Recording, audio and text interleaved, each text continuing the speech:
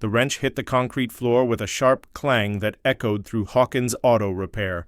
Rebecca Davis, 35 and oil-stained, stood frozen beneath the lifted Ford F-150, her heart hammering against her ribs. Across the garage, Navy SEAL Lieutenant Jason Brooks sneered, his voice cutting through the humid Tennessee air like a blade. "I asked for your best mechanic, not someone playing dress-up." The radio went silent. Even the perpetual hum of the air compressor seemed to pause. Rebecca's co-workers, Tony, Mike, and Carlos, suddenly found their shoes fascinating. Nobody defended her. Nobody even looked her way. Jim Hawkins, the garage owner, emerged from his office with sweat beading on his forehead, despite the industrial fans. "Lieutenant Brooks, I apologize. Let me get Tony to handle this personally." "Your advertisement says, 'expert mechanics,'" Jason growled, his 3 SEAL companions forming an intimidating semicircle. "I see amateurs and diversity hires." The word diversity dripped like acid. Rebecca felt it burn, not because of her gender, but because they assumed she was hired to fill a quota rather than for skill. She had heard it before, countless times, over the past 5 years in Willowbrook, but today something felt different. "I can fix it," Rebecca said quietly. The garage fell silent. She had never volunteered for important work, never challenged the established hierarchy. Her voice, barely above a whisper, somehow carried more weight than Jason's booming commands. Tony shifted uncomfortably. Mike studied his wrench like it held the secrets of the universe. Carlos gripped his tools tighter, his knuckles white. Rodriguez, the unit's mechanic, stepped forward with theatrical disgust. "Look at this! She's using the wrong wrench size. Probably Googled how to fix cars this morning." Thompson, another SEAL, laughed, a sharp sound that ricocheted off the metal walls. "My daughter plays with toy cars too. Maybe they could have a play date." Rebecca's hands trembled as she gripped her wrench. These weren't just any hands. Scars from years of precise work crossed her palms. Her fingernails, kept short by necessity, bore permanent oil stains. But she had learned to hide her strength, to appear less capable than reality demanded. Survival in Willowbrook required invisibility. "The turbocharger synchronization is off," she continued, her voice steady despite the mockery. "Your second turbo engages 0.3 seconds late. It's causing pressure variations that will crack the manifold." Jason stopped mid-insult. That level of diagnostic precision required either extraordinary luck or genuine expertise. "She read that online," Thompson insisted. "Anyone can memorize terminology." "Then let anyone fix it," Rebecca replied, meeting Jason's skeptical gaze. "But when your engine fails during the mission, remember you had the chance to prevent it." Jim grabbed her arm, not roughly but firmly. Fear radiated from him rather than anger. He needed military contracts. Offending Navy SEALs meant financial ruin for his small-town garage. "Rebecca, return to your station, now!" She looked at her boss, seeing the desperation in his eyes. The same desperation that had driven her to accept this job 5 years ago, when she had nowhere else to go and nothing left to lose. "The fuel injector is already degrading," she told Jason directly. "You have maybe 30 minutes before permanent damage. Your choice." The F-150's engine coughed, a mechanical wheeze that confirmed her diagnosis. Tony whistled low. He had heard that sound before, always followed by expensive repairs, but admitting Rebecca's expertise meant acknowledging 5 years of dismissing. Her contributions, the social order of Hawkins Auto Repair, couldn't survive that revelation. As Rebecca retreated to the cramped break room, her hands shook. 5 years of silence. 5 years of accepting humiliation with grace. 5 years of pretending incompetence to avoid conflict. All of it was crashing down because she couldn't watch precision machinery suffer for human prejudice. Her phone buzzed. With a message from Detroit, a number she hadn't seen in years. She deleted it without reading, but the damage was done. Memories she had buried deep began clawing their way to the surface. In her locker, beneath worn coveralls and a thermos that had seen better days, lay her personal toolkit. Professional grade. Instruments that cost more than most cars in the parking lot. She had brought them from Detroit, unable to abandon tools that felt like extensions of her soul. Wrapped in oilcloth was a photograph, her father standing beside her at graduation, pride radiating from every angle. His handwriting on the back remained legible despite years of handling. "My daughter, never let anyone define who you are. Talent speaks louder than words." Outside, she heard the F-150's engine struggling. Jason shouted orders while Tony and Mike fumbled with diagnostics they didn't understand. The sound grew worse, metal straining against inevitable failure. Rebecca closed the locker, photograph still in her hand. Her father wouldn't recognize the woman she had become, hiding talent to avoid conflict, accepting disrespect to maintain peace. But perhaps it wasn't too late. Perhaps dignity could be reclaimed, not through confrontation, but through undeniable demonstration. The engine coughed again, the death rattle of precision machinery murdered by ignorance. Rebecca made her decision. 3 days later, the tension in Hawkins' auto repair had thickened like motor oil left too long in summer heat. Rebecca arrived early, as always, but found the garage buzzing with an energy that made her stomach clench. Word had spread about the Navy SEAL incident, and not in her favor. "Morning, Becky," Tony called out, but his usual friendly tone carried an edge. Mike nodded tersely from behind the parts counter. Only Carlos offered his customary warm smile, though even he seemed more cautious than usual. Jim emerged from his office, clipboard in hand, his expression unreadable. "Rebecca, we need to talk." Her heart sank.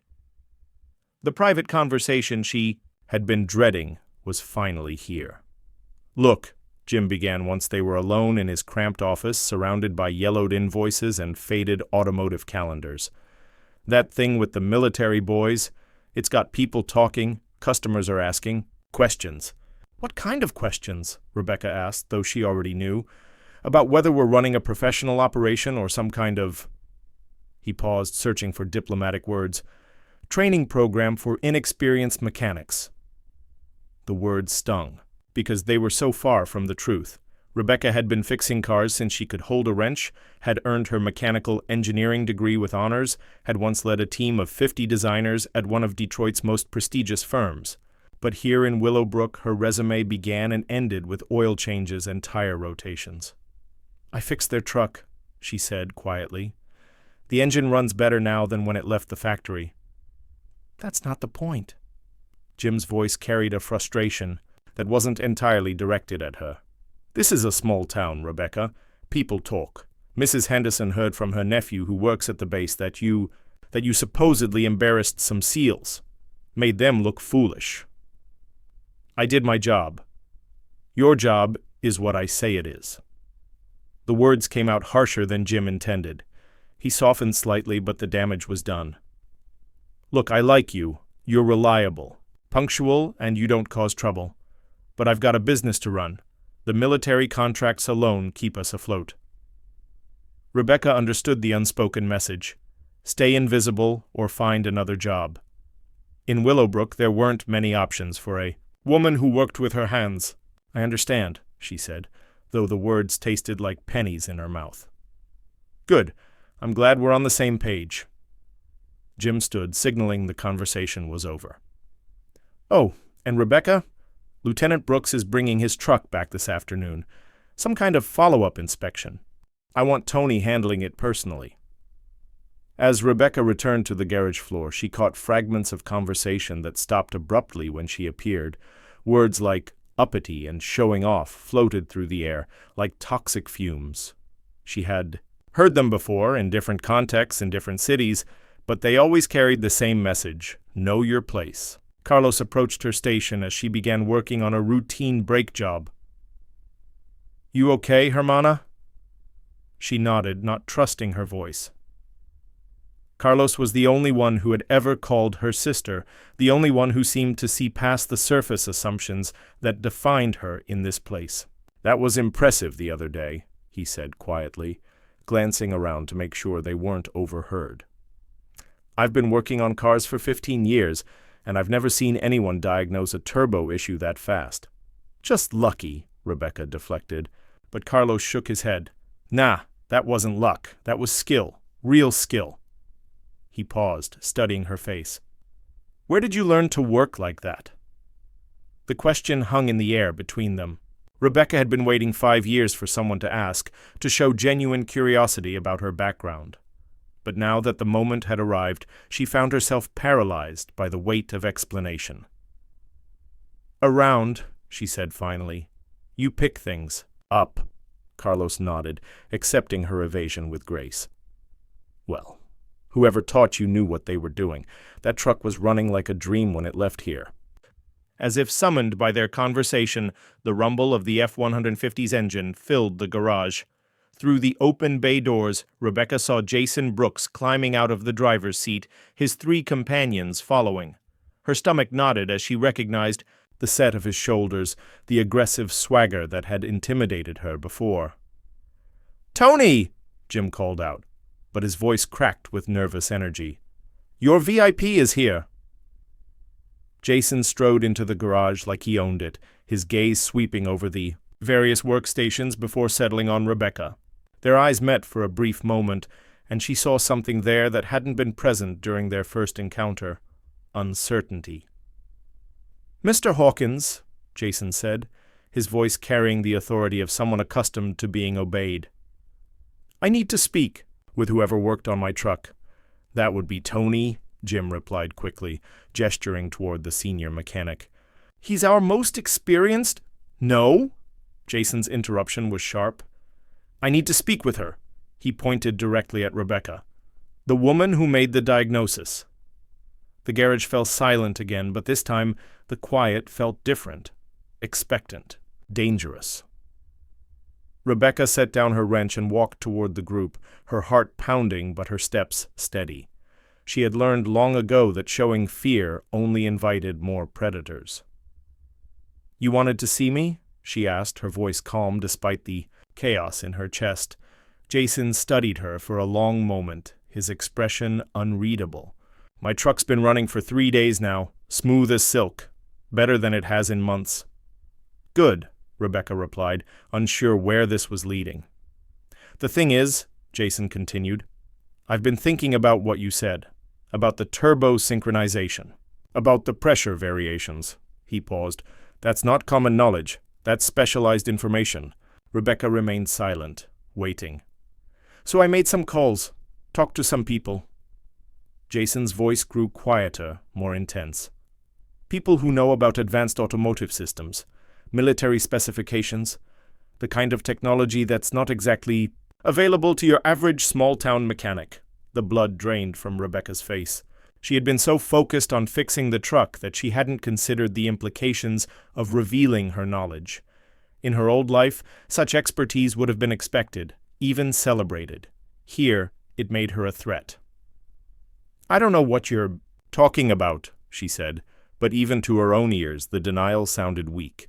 Jason smiled, but there was no warmth in it. "We'll see about that." As the Seals left the garage, Rebecca felt the weight of every stare, every whispered conversation, every sideways glance.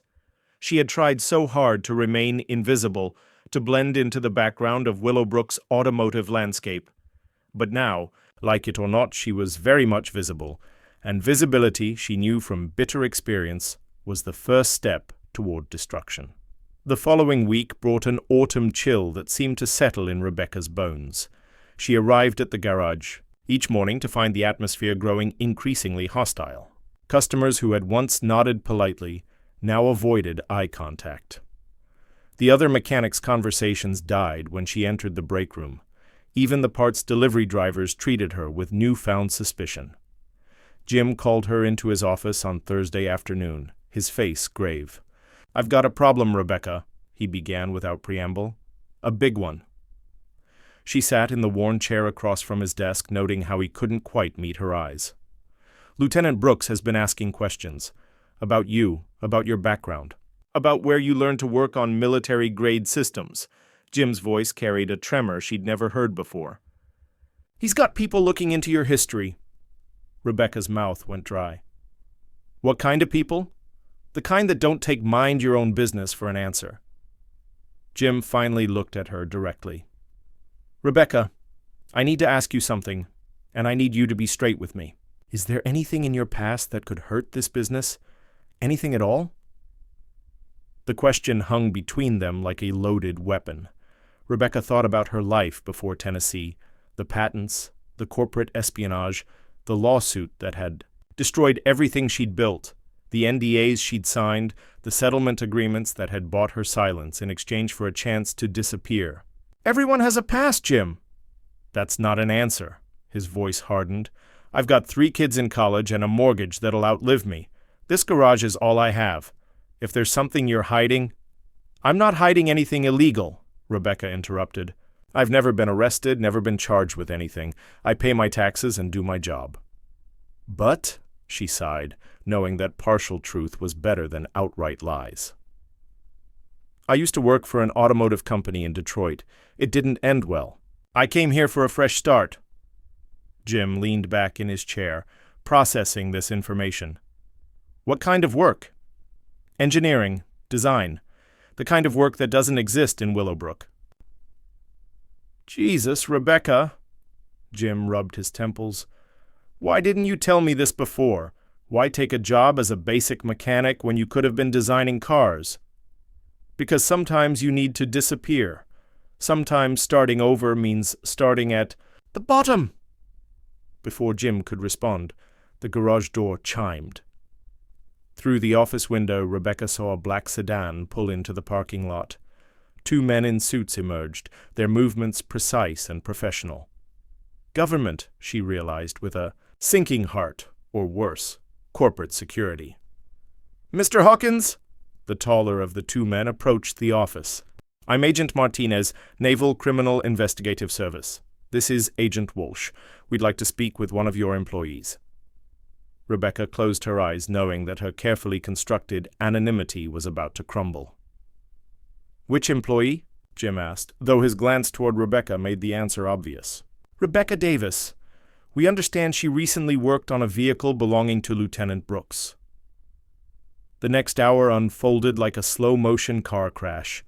The agents were polite but thorough, asking questions about her qualifications, her diagnostic methods, her knowledge of military specifications. Rebecca answered carefully, sticking to facts while revealing as little as possible about her former life. Ms. Davis, Agent Martinez said finally, our preliminary investigation suggests you have expertise that's unusual for someone in your current position. We're not accusing you of anything, but we need to understand how a small-town mechanic knows classified information about military vehicle systems. I don't know any classified information, Rebecca replied honestly. I diagnosed a common problem using publicly available technical knowledge. The turbo synchronization issue you identified isn't common knowledge, Agent Walsh interjected. It's a known vulnerability in that particular engine model, but it's not something that would be obvious to most mechanics. Rebecca felt trapped.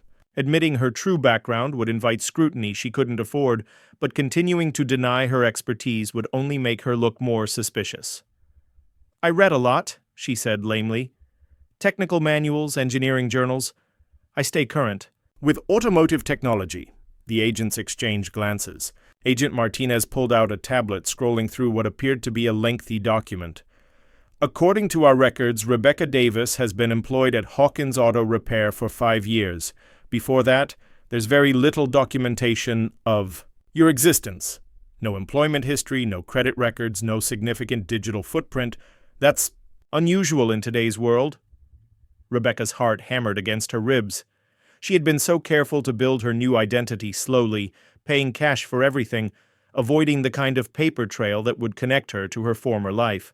But apparently, that very caution had made her suspicious. I value my privacy, she said. Privacy is one thing, Agent Walsh replied, but this level of anonymity requires significant effort, almost like someone was trying to hide from something. Jim looked back and forth between Rebecca and the agents, his face pale. Gentlemen, I can vouch for Rebecca. She's been a model employee, never missed a day, never caused any trouble. We're not questioning her work ethic, Mr. Hawkins. We're trying to understand how she acquired knowledge that should be limited to military contractors and defense industry engineers. The words hung in the air like an accusation. Rebecca realized that her attempt to remain invisible had backfired spectacularly. By trying to hide her qualifications, she had only made herself more interesting to people who investigated anomalies for a living. "I think," she said quietly, "I need to make a phone call." The agents nodded. "We'll wait." Rebecca stepped outside the garage, her hands shaking as she scrolled through her contacts. She found the number she'd been avoiding for 5 years and pressed call. "Henderson and Associates," came the crisp professional voice. "I need to speak with David Henderson. Tell him it's Rebecca. Tell him it's about the Morrison case." While she waited for her former lawyer to come on the line, Rebecca watched through the garage windows as Tony, Mike, and Carlos pretended to work, while obviously straining to hear the conversation with the federal agents. Jim sat slumped in his chair, probably calculating how much a government investigation would cost his business. "Rebecca?" David Henderson's voice was cautious but not unfriendly. "I haven't heard from you in 5 years. I know. David, I need help. Federal agents are asking questions about my background, and I can't tell them the truth without violating the settlement agreement." "Slow down. What kind of federal agents?" "Naval Criminal Investigative Service. They think I might have access to classified information because I fixed a military truck." A long pause. "Rebecca, the settlement agreement expired last month. You're free to discuss your background now. In fact, you should know, the Morrison case has been reopened. New evidence has come to light." Rebecca's knees nearly buckled. "What kind of evidence?" "The kind that proves you were right all along. The kind that's going to make some very powerful people very unhappy." As she ended the call, Rebecca realized that her quiet life in Willowbrook was over. The past she'd tried so hard to escape was about to collide with the present she'd built, and she wasn't sure either would survive the impact. She walked back into the garage, straightening her shoulders. If her anonymity was gone, then perhaps it was time to stop hiding. "Gentlemen," she said to the agents, "I think it's time we had a more detailed conversation." The conference room at the Willowbrook Police Department had seen better days. Fluorescent lights hummed overhead, casting harsh shadows across the scarred table where Rebecca sat facing Agents Martinez and Walsh. Jim Hawkins fidgeted in his chair beside her, his face pale with worry about what revelations might destroy his business. "Before we begin," Agent Martinez said, setting a digital recorder on the table, "I want to be clear that you're not under arrest or suspicion of wrongdoing. However, given the nature of the technology involved, we need to understand exactly who we're dealing with." Rebecca nodded, her hands folded calmly in her lap. After 5 years of hiding, the prospect of telling the truth felt both terrifying and liberating. "My name is Rebecca Ann Davis, but that wasn't always my name. Until 5 years ago, I was Dr. Rebecca Collins, chief engineer at Morrison Automotive Engineering in Detroit." Jim's jaw dropped. Agent Walsh leaned forward, suddenly more interested. "Dr. Collins," Agent Martinez repeated, consulting his tablet. "I see. That explains a great deal." "You know who she is?" Jim asked, his voice barely above a whisper. "Dr. Collins held 14 patents in advanced automotive engineering by age 32. She designed the hybrid propulsion system that's currently used in 60% of military transport vehicles. Her work on turbo synchronization technology saved the Department of Defense an estimated $200 million in fuel costs." Rebecca felt a strange mix of pride and pain hearing her accomplishments recited like a resume. "That was a long time ago." "Not that long," Agent Walsh interjected. "Your patents are still being used. Your turbo synchronization algorithm is literally installed in the truck you worked on. That's how you knew exactly what was wrong. You designed the diagnostic system." Jim stared at Rebecca as if seeing her for the first time. "You're that Dr. Collins? The one who won the National Innovation Award? I remember reading about you in Automotive Weekly." "That was before everything fell apart," Rebecca said quietly. "What happened?" Agent Martinez asked, though his tone suggested he already knew. Rebecca took a deep breath and began the story she'd never told anyone in Willowbrook. She spoke about David Chen, her former partner who had stolen her designs and claimed them as his own, about the lawsuit that had dragged on for 18 months while her reputation was systematically destroyed. about her father's death and the settlement agreement that had effectively banned her from the automotive industry. "The legal fees consumed everything," she continued. "I lost my house, my savings, my career. The settlement included a non-disclosure agreement that prevented me from discussing the case or claiming credit for my work. I was also banned from working for any major automotive company for 5 years." "That ban expired last month," Agent Walsh observed. "Yes, but by then I'd built a different life. I thought I could stay hidden." Jim found his voice. "Hidden? You've been working for me for 5 years and you never thought to mention that. You're one of the most brilliant automotive engineers in the country." "Would you have hired me if I'd told you, a disgraced former executive with a history of corporate lawsuits, or would you have assumed I was trouble?" Jim fell silent, knowing. She was right. Agent Martinez closed his tablet. "Dr. Collins, we need to discuss your current situation. The Morrison case has been reopened based on new evidence that corroborates your original claims. The FBI's White-Collar Crime Division has been building a case against David Chen for corporate espionage." Rebecca's heart skipped. "What kind of evidence?" "Digital forensics recovered from Chen's company servers, email communications, file transfers, metadata that proves your designs were copied before he filed his patents. The evidence is comprehensive." "More importantly," Agent Walsh added, "the Department of Defense wants to discuss reinstating your security clearance. Your expertise is needed for several classified projects." The words hung in the air like a lifeline thrown to a drowning person. Rebecca felt tears threatening, but she blinked them back. "There's something else," Agent Martinez continued. "Lieutenant Brooks's inquiry wasn't just about security concerns. He was impressed by your work. He's been advocating for your reinstatement, arguing that the military needs engineers who can diagnose problems in the field." "Jason Brooks defended me?" Rebecca asked, surprised. "He said, and I quote, 'Anyone who can fix a turbo synchronization problem with basic tools while being harassed by a bunch of arrogant SEALs is exactly the kind of person we need designing our equipment.'"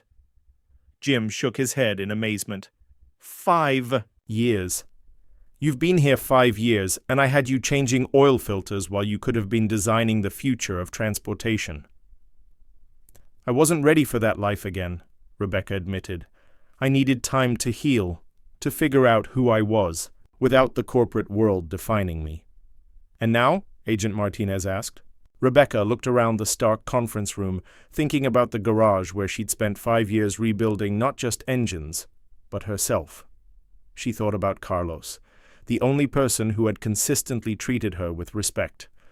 About the satisfaction of working with her hands, of solving problems without politics or corporate intrigue. "Now I know exactly who I am," she said firmly. "I'm an engineer who's learned the value of humility. I'm someone who can work with her hands and her mind. I'm a woman who won't be defined by other people's expectations or limitations." She paused, meeting each man's gaze. "I'm ready to reclaim my life," Agent Walsh smiled. "Then let's talk about your future. The Pentagon has several projects that could use your expertise, and with your experience in both design and field repair, you'd be invaluable." "What about Morrison Automotive?" Jim asked. "Won't they want her back?" "Morrison's board has extended multiple offers," Agent Martinez replied. "Full reinstatement, back pay, control of her own engineering division. They're desperate to rehabilitate their image after the Chen scandal." Rebecca considered this. "And David Chen?" "He'll be arrested within the week. Federal charges of corporate espionage, patent fraud, and conspiracy. He's looking at significant prison time." For 5 years, Rebecca had dreamed of this moment: vindication, justice, recognition of the truth. But now that it had arrived, she felt strangely detached from the desire for revenge. "I want to think about it," she said finally. "All of it. The Pentagon, Morrison, everything. I've been making decisions based on fear for too long. I want to make this choice from a position of strength." "Of course," Agent Martinez said, standing. "Take your time. But Dr. Collins, Rebecca, don't take too long. The world needs engineers like you. The country needs people who can solve problems under pressure." As the agents gathered their materials, Jim turned to Rebecca with a mixture of awe and regret. "I owe you an apology," he said. "I should have recognized your talent. I should have—" "You gave me work when I needed it," Rebecca interrupted. "You gave me a place to heal. That's not something to apologize for." "What happens now? To the garage, I mean?" Rebecca smiled, the first genuine smile she'd worn in days. "Now you hire better mechanics. You promote Carlos to senior technician. He's got excellent instincts. And you remember that talent comes in all forms, not just the ones you expect." As they left the police station, Rebecca felt the weight of 5 years of secrecy lifting from her shoulders. The truth was finally out, and she was still standing. More than that, she was ready to soar. The drive back to the garage was quiet but not uncomfortable. Jim seemed lost in thought, probably reconsidering every assumption he'd made about his employees. Rebecca watched the familiar landscape of Willowbrook roll past, knowing that everything had changed in the span of a few hours. Her phone buzzed with a text from an unknown number.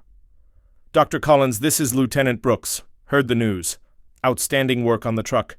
Hope you'll consider the Pentagon position. The country needs engineers who can think under fire. Semper." "Fee," Rebecca smiled, tucking the phone away. For the first time in 5 years, her future felt wide open with possibilities. The question now wasn't whether she was qualified for the opportunities being offered. It was which one would let her make the biggest difference.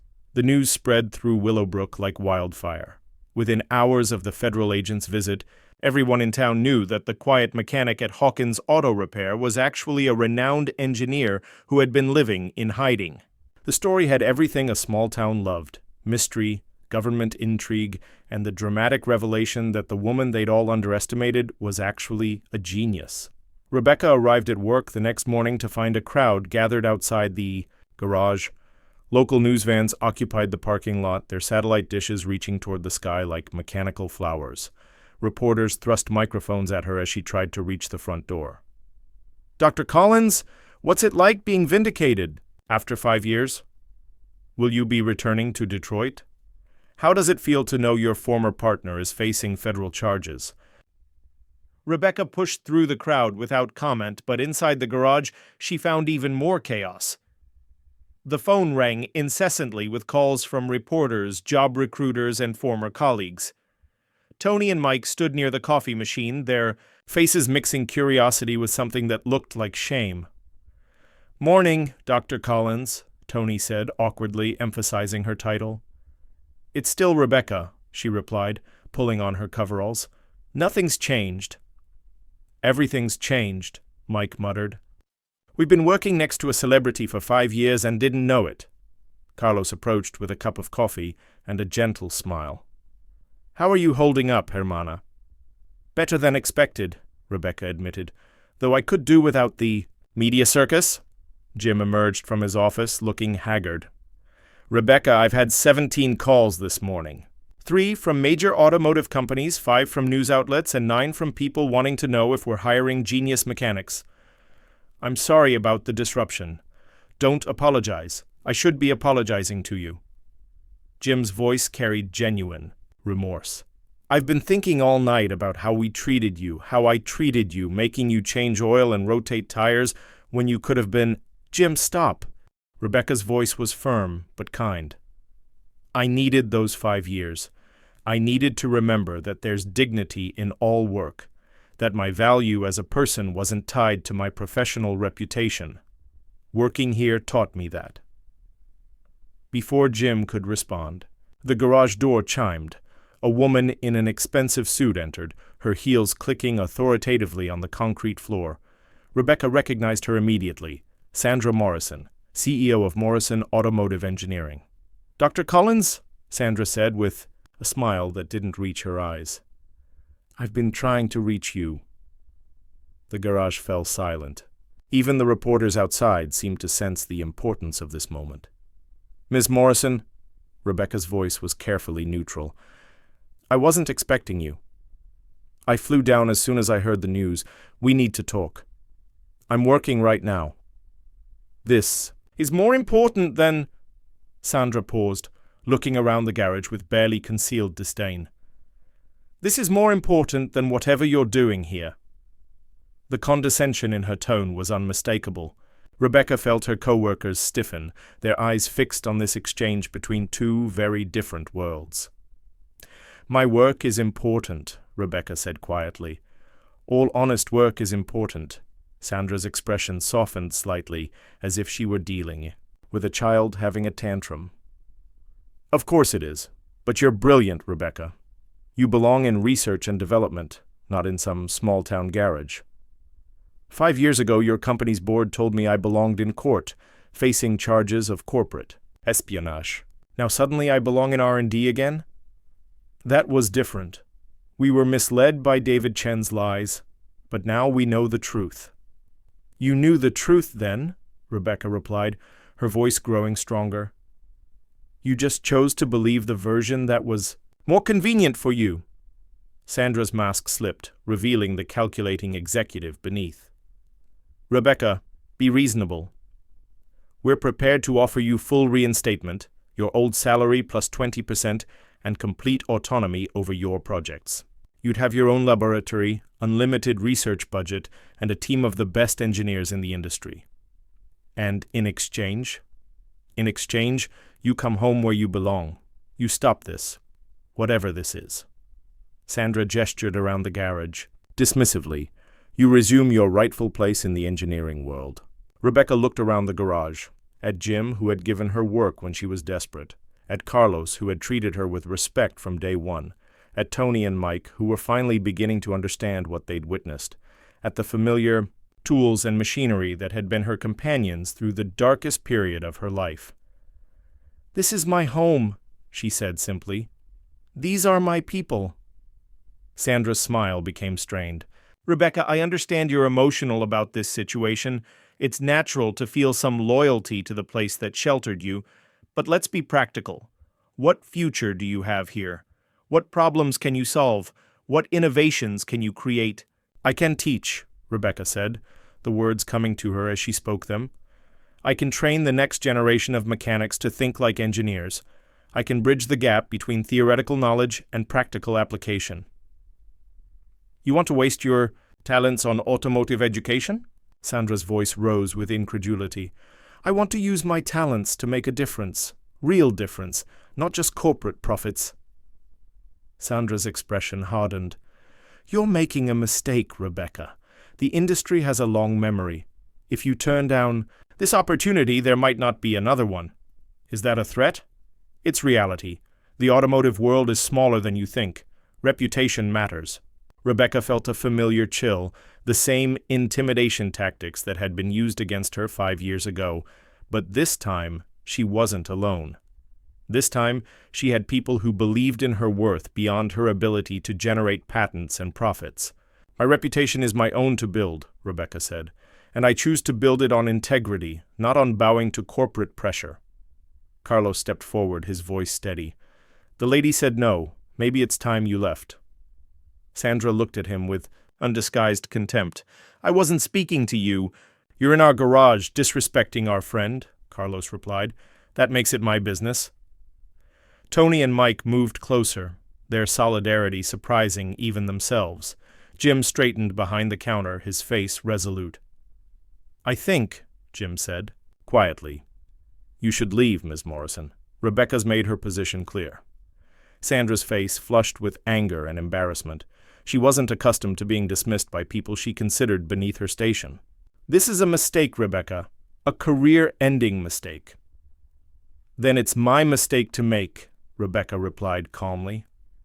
As Sandra turned to leave, she paused at the door. "The Pentagon offer won't last forever either. They want results, not sentiment. When you're ready to be realistic about your future, you know where to find me." The door slammed behind her, leaving the garage in stunned silence. Through the windows, they watched Sandra stride past the reporters without comment, her posture rigid with fury. "Well," Tony said finally, "that was something." "You okay?" Carlos asked Rebecca, concern evident in his voice. Rebecca looked around, at the faces surrounding her.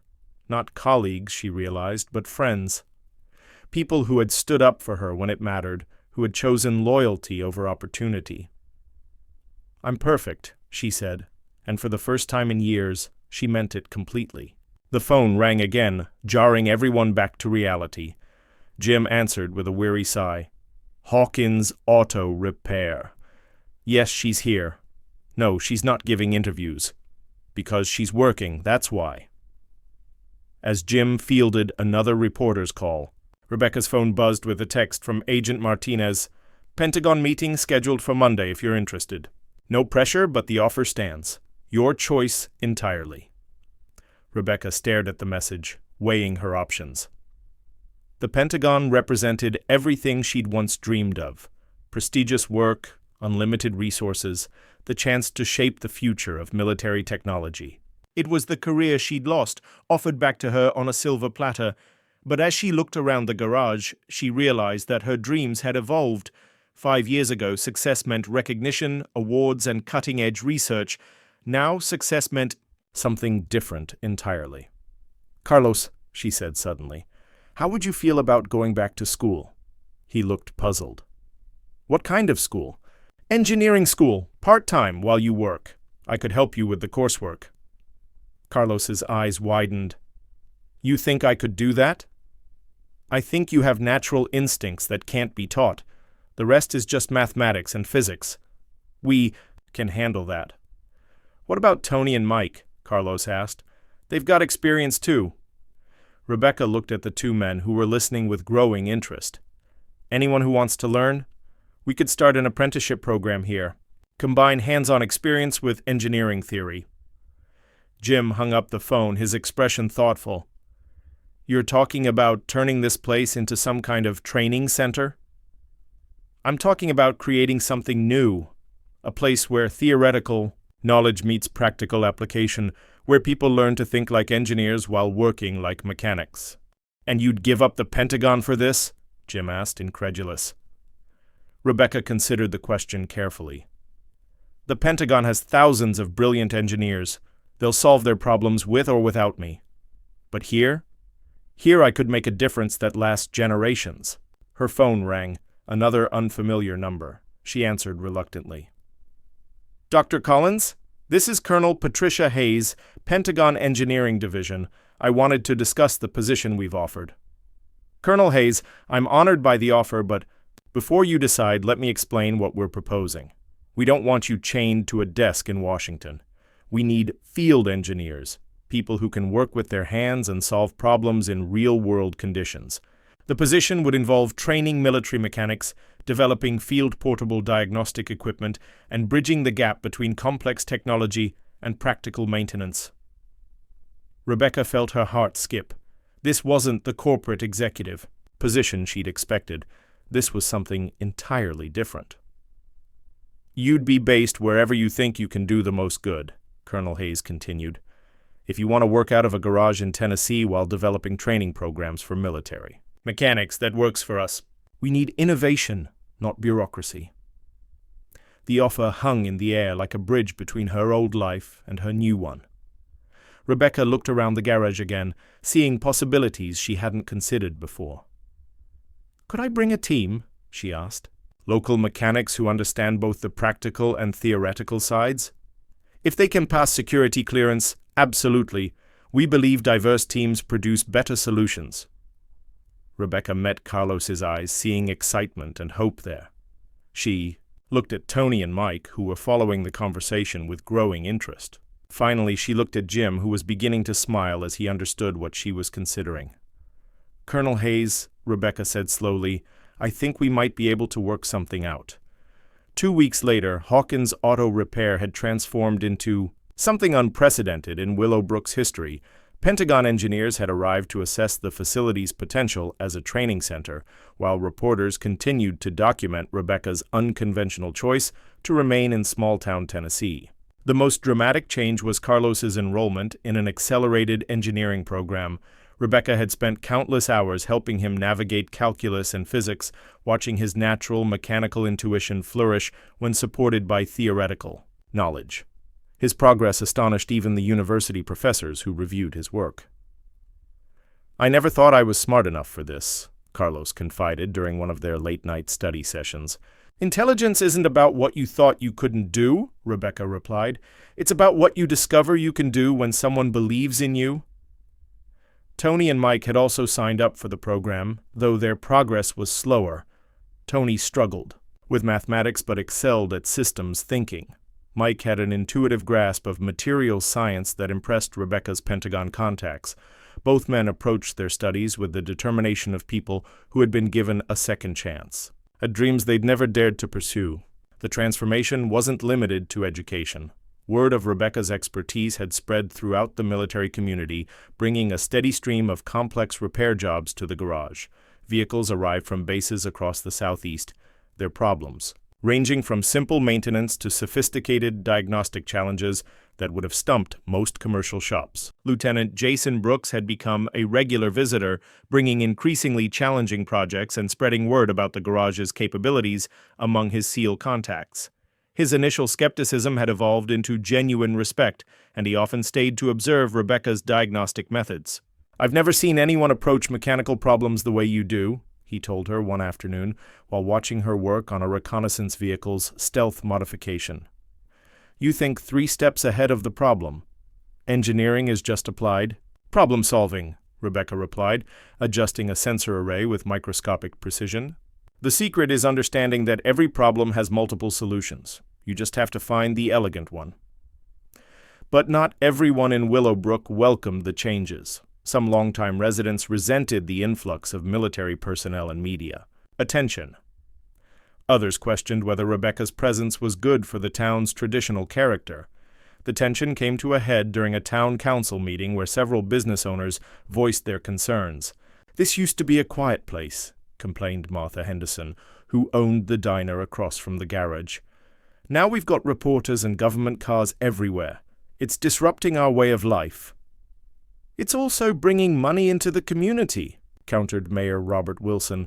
"The hotel's booked solid for the first time in years, and local restaurants are seeing record business." "Money isn't everything," Martha shot back. "Some of us value peace and quiet over profit." Rebecca had attended the meeting at Mayor Wilson's request, though she'd tried to avoid the spotlight.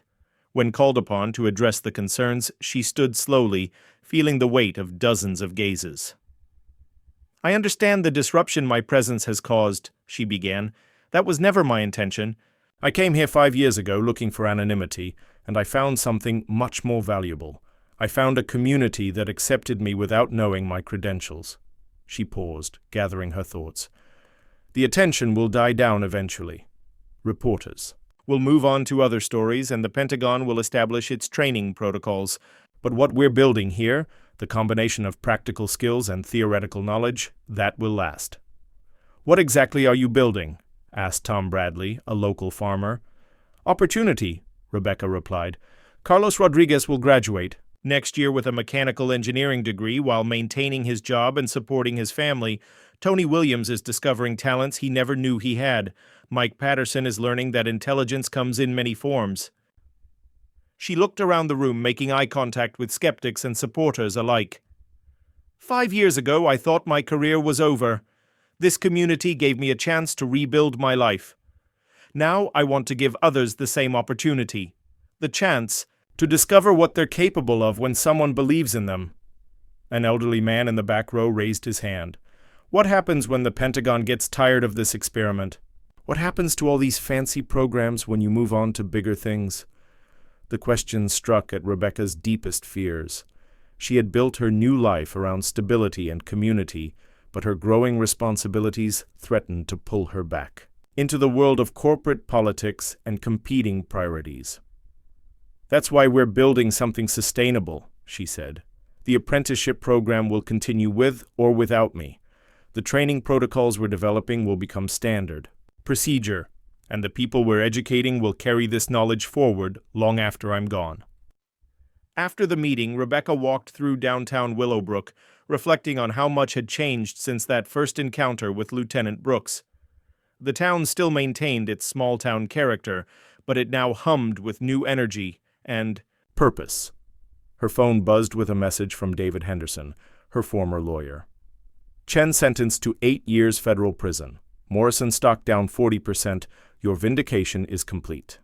Rebecca stared at the message for a long moment, then deleted it without responding. The vindication felt hollow compared to the satisfaction of watching Carlos master differential equations or seeing Tony's confidence grow as he tackled increasingly complex repairs. At the garage, she found Colonel Hayes reviewing the latest training protocols with Jim and several Pentagon officials. The conversation stopped when she entered. "Dr. Collins," Colonel Hayes said, "we were just discussing the next phase of expansion. The success here has exceeded all expectations." "What kind of expansion?" Rebecca asked cautiously. "We want to replicate this model at other locations, civilian-military partnerships that combine practical training with advanced engineering education. You'd oversee the entire program." Rebecca felt the familiar pull of larger responsibilities, bigger challenges, greater impact. It was exactly the kind of opportunity she'd dreamed of 5 years ago. "That sounds impressive," she said carefully, "but I've made commitments here. To the people I'm training, to this community." "Of course," Colonel Hayes agreed. "We're not asking you to abandon what you've built. We want you to expand it. Think of it as taking your successful model nationwide." The offer was tempting, but Rebecca had learned to be wary of opportunities that demanded everything while promising even more. She'd built her new life on the principle that success meant more than professional achievement. It meant having roots, maintaining relationships, and making a difference in individual lives. "I need time to consider this," she said finally. "Naturally.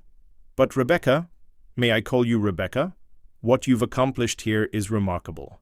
The combination of practical skills and theoretical knowledge, the integration of civilian and military training, the focus on individual development within a community framework.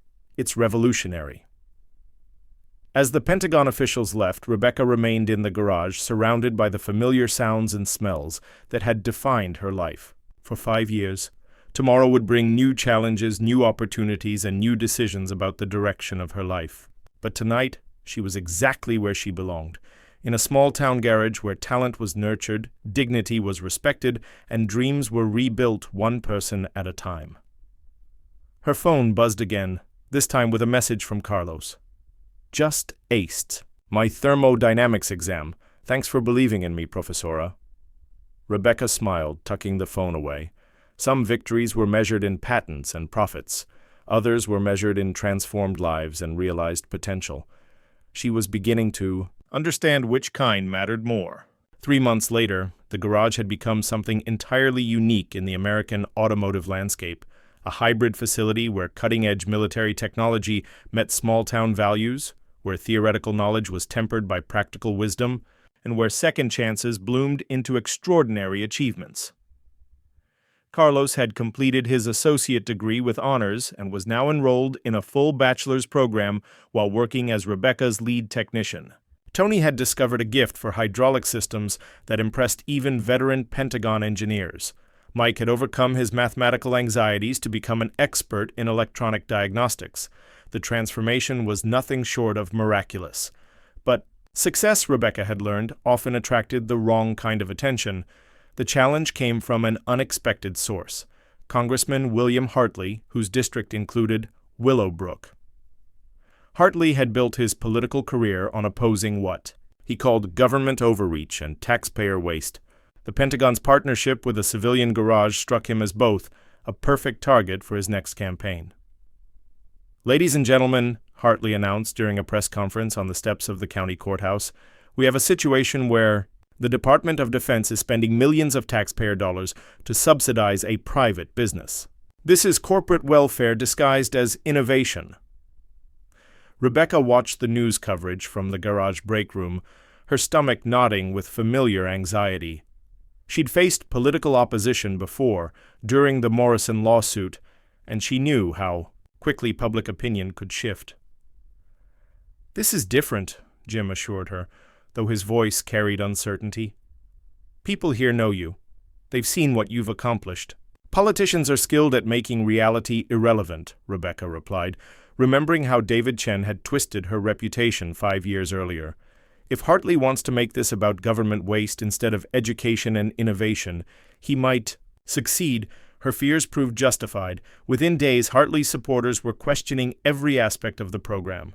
Local newspapers received anonymous tips about excessive government spending on unproven training methods. Social media campaigns portrayed Rebecca as a failed corporate executive living off taxpayer money. The attacks culminated in a public hearing where Hartley demanded accountability for the program's costs and effectiveness.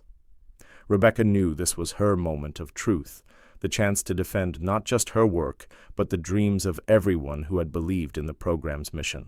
The courthouse was packed beyond capacity. Reporters filled the front rows, their cameras focused on Rebecca as she sat at the witness table. Behind them, she could see the faces of people whose lives had been touched by the program. Carlos and his wife Maria, Tony with his teenage daughter, Mike accompanied by his elderly father, Jim and his family. Congressman Hartley opened with his standard talking points about fiscal responsibility and government overreach. His questions were designed to embarrass rather than illuminate, focusing on costs while ignoring benefits.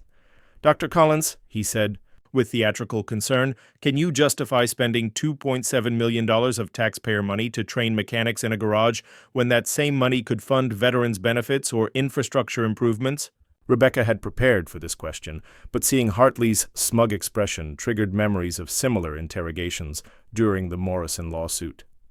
For a moment she felt the familiar urge to retreat, to apologize for taking up space and resources. Then she looked past Hartley to see Carlos in the audience, wearing the Naval Reserve uniform he'd earned after his rapid promotion to engineering specialist. Beside him sat Tony, whose hydraulic innovations had been adopted by 3 military branches. Mike was there too, holding a certificate of commendation from the Secretary of Defense. "Congressman Hartley," Rebecca said, her voice steady despite the weight of the moment, "I can justify every penny, but more importantly, I can prove that those dollars have produced something invaluable. People who are prepared to serve their country with both skill and integrity." "Pretty words," Hartley replied dismissively, "but what tangible results can you show? What measurable return on investment?" Rebecca stood, her movement drawing every eye in the courthouse. She had learned, over 5 years of hiding and 3 months of rebuilding, that some moments demanded presence rather than words. "Carlos Rodriguez," she called out. "Would you stand, please?"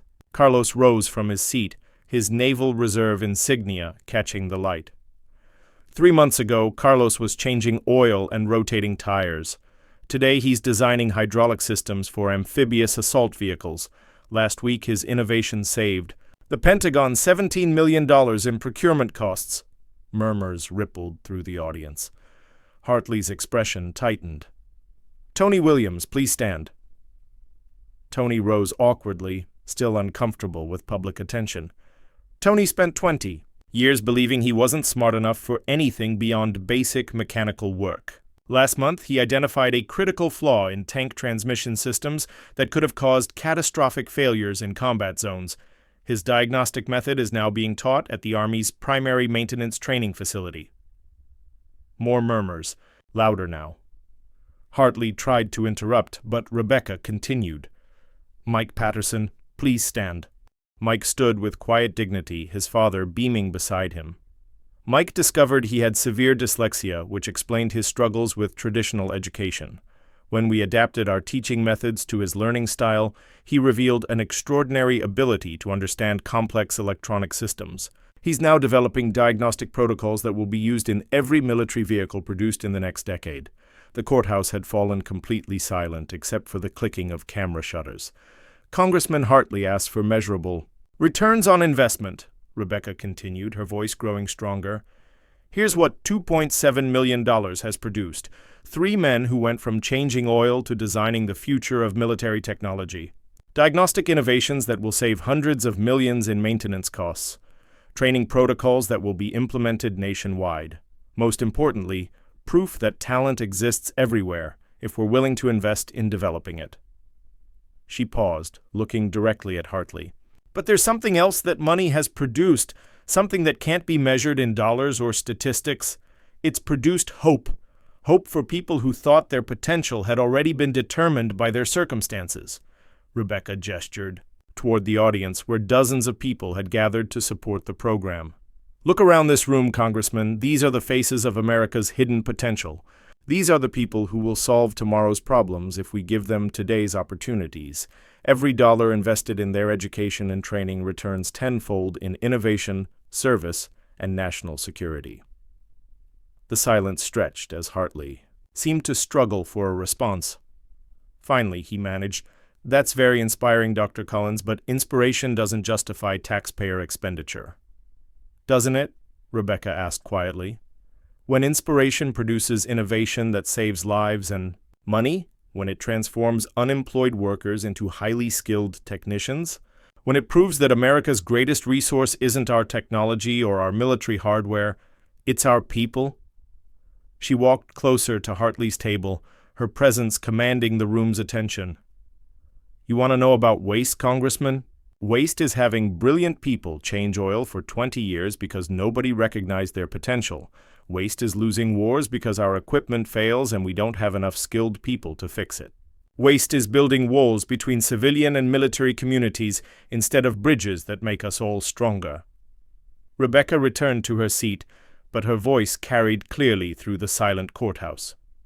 "This program doesn't waste taxpayer money. It multiplies it. Every dollar invested here produces engineers, innovations, and capabilities that didn't exist before. More importantly, it produces citizens who understand that their value isn't determined by their starting point, but by their willingness to grow." The hearing continued for another hour, but the tone had shifted completely. Hartley's questions became increasingly defensive, while Rebecca's supporters provided testimony about the program's impact. Military officials presented data showing cost savings and efficiency improvements. Local business owners spoke about increased economic activity and community pride. When the hearing concluded, Rebecca felt cautiously optimistic. She had defended her work honestly and thoroughly, but political decisions weren't always based on facts or logic. That evening, as she cleaned up the garage after another busy day, her phone rang with a call from Colonel Hayes. "Rebecca, I wanted you to hear this directly from me. Congressman Hartley just announced that he's withdrawing his opposition to the program. More than that, he's requesting additional funding to expand it to other districts." Rebecca sank into a chair, overwhelmed by relief and exhaustion. What changed his mind? According to his staff, he spent the afternoon talking to Carlos, Tony, and Mike, apparently hearing their stories directly, not filtered through political rhetoric, made him understand what you've actually accomplished here. As Rebecca ended the call, she looked around the garage that had become so much more than a workplace. It was a symbol of second chances, a proving ground for hidden potential, and a bridge between worlds that had once seemed incompatible. Tomorrow would bring new challenges, new students, and new opportunities to prove that talent could flourish anywhere if given the right support. But tonight, she was content to savor a victory that had been won not through political maneuvering or corporate influence, but through the simple power of transformed lives and realized dreams. The final test hadn't been about defending a program. It had been about defending the belief that everyone deserved a chance to discover what they were capable of achieving. And that belief, Rebecca now knew, was worth fighting for. 1 year later, Rebecca stood before a gathering that would have been unimaginable when she first arrived in Willowbrook.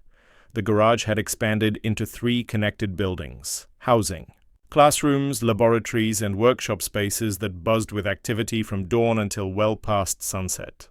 The Willowbrook Institute for Applied Engineering had become a model studied by educators and military planners worldwide. But the most remarkable transformation wasn't in the buildings or equipment, it was in the people. Carlos Rodriguez adjusted his newly earned bachelor's degree hood as he prepared to address the graduating class of 23 students. As the Institute's first graduate to complete a full engineering program while maintaining his technician duties, he had become a symbol of what was possible when opportunity met determination. 5 years ago, Carlos began, his voice steady despite the magnitude of the moment. "I thought my ceiling was changing oil and rotating tires. I never imagined standing here with an engineering degree, speaking to people who will design the future." In the audience, Rebecca felt tears threatening as she watched her first student embrace his potential fully.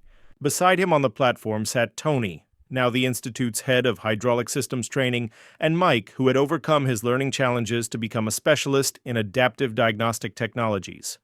The graduation ceremony represented more than individual achievements. It marked the maturation of an idea that had seemed impossible when Rebecca first proposed combining practical training with theoretical education in a small-town garage.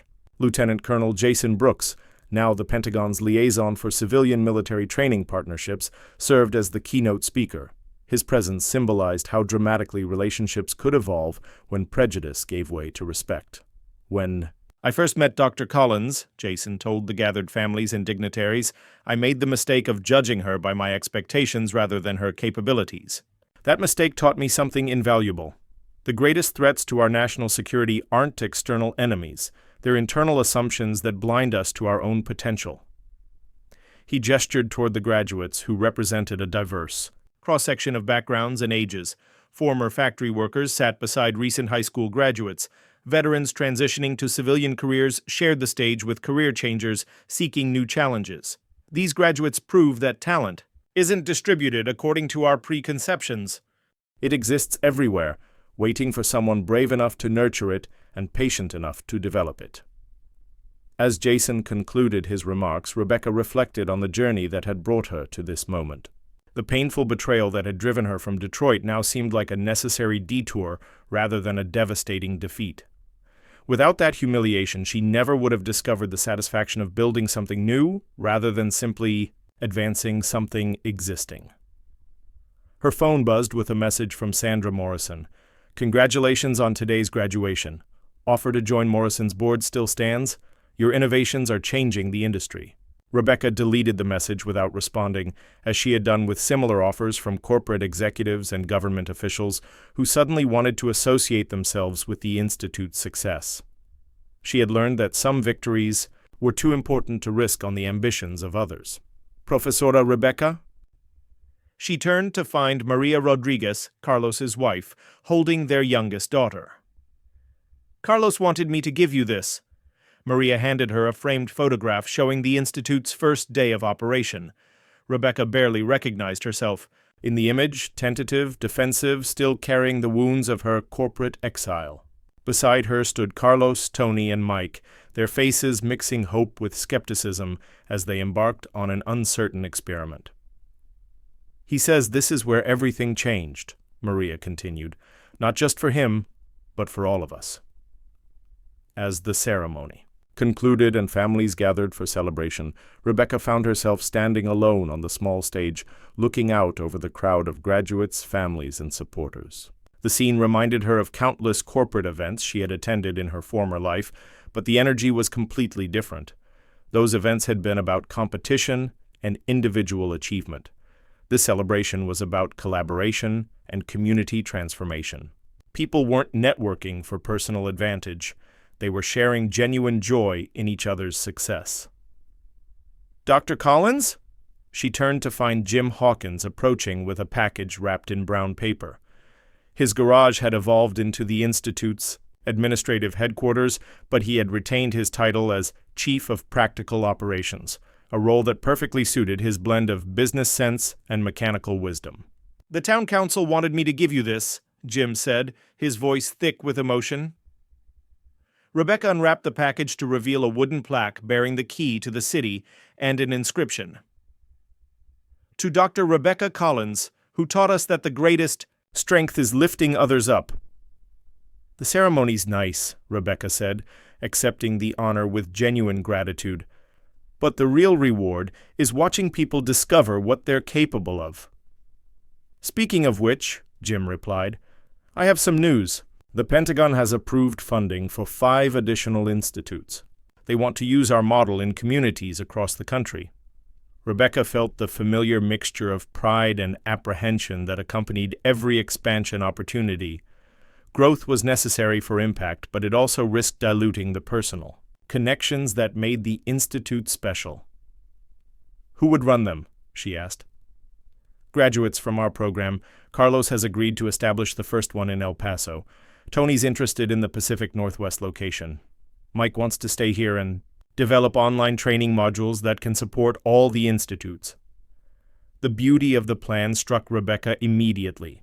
Rather than expanding through corporate acquisition or government mandate, the Institute would grow organically through people who understood its mission from personal experience.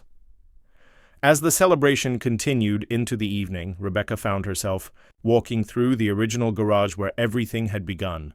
The space now served as a museum of sorts, preserving the tools and workstations that had witnessed her transformation from exile to educator. Her father's photograph sat on her old workbench, his words as relevant now as they had been during her darkest moments. Never let anyone define who you are. Talent speaks louder than words. She traced the frame gently, thinking about how those words had guided her through betrayal, humiliation, and ultimately redemption. But the redemption hadn't come through vindication or revenge. It had come through discovering that her greatest talent wasn't designing engines, but designing opportunities for others to discover their own potential. Rebecca, she turned to find Carlos standing in the doorway, his graduation gown still wrinkled from enthusiastic embraces. "Thank you," he said simply, "for seeing something in me that I couldn't see in myself." "You did the work," Rebecca replied. "I just provided the opportunity." "No," Carlos said, shaking his head. "You provided something more important than opportunity. You provided belief. You made me understand that my value wasn't determined by other people's expectations." As Carlos left to rejoin his celebration, Rebecca remained in the quiet garage, surrounded by the tools and memories that had reshaped her understanding of success, purpose, and fulfillment.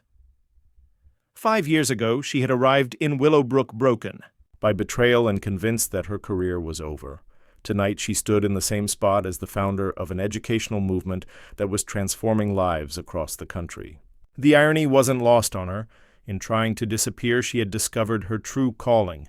In accepting what seemed like failure, she had found a success more meaningful than any corporate achievement. Her phone buzzed one final time with a message from an unknown number. "Dr. Collins, I'm a single mother in Phoenix whose son wants to be a mechanic but dreams of being an engineer. I heard about your institute on the news. Is there hope for someone like him?" Rebecca smiled as she typed. Her response, "There's always hope. Talent exists everywhere. Sometimes it just needs the right environment to flourish. Let's talk about making his dreams possible." As she turned off the lights and locked the garage, Rebecca reflected on the question that had haunted her since the day Lieutenant Brooks first challenged her competence. If you found yourself dismissed and underestimated, would you speak up immediately or let your actions do the talking? She had learned that the answer wasn't either-or. Sometimes dignity required silence while you built strength. Sometimes justice demanded speaking truth to power. But always the most powerful response was creating opportunities for others to discover their own voices. The drive home took her past the welcome sign that still proudly declared Willowbrook's population and founding date. But the town she was leaving that night was fundamentally different from the one she had discovered 5 years earlier, not because of buildings or businesses, but because of transformed perspectives and expanded possibilities. Tomorrow would bring new students, new challenges, and new opportunities to prove that potential existed everywhere if people were brave enough to nurture it. Rebecca drove through the quiet streets of her adopted hometown, finally understanding. That home wasn't where you came from, it was where you chose to build something lasting. And what she had built in Willowbrook would last for generations, carried forward by people who had learned that their worth wasn't determined by their starting point, but by their willingness to lift others as they climbed. In the end, that lesson proved more valuable than any patent, more powerful than any corporate position, and more lasting than any individual achievement.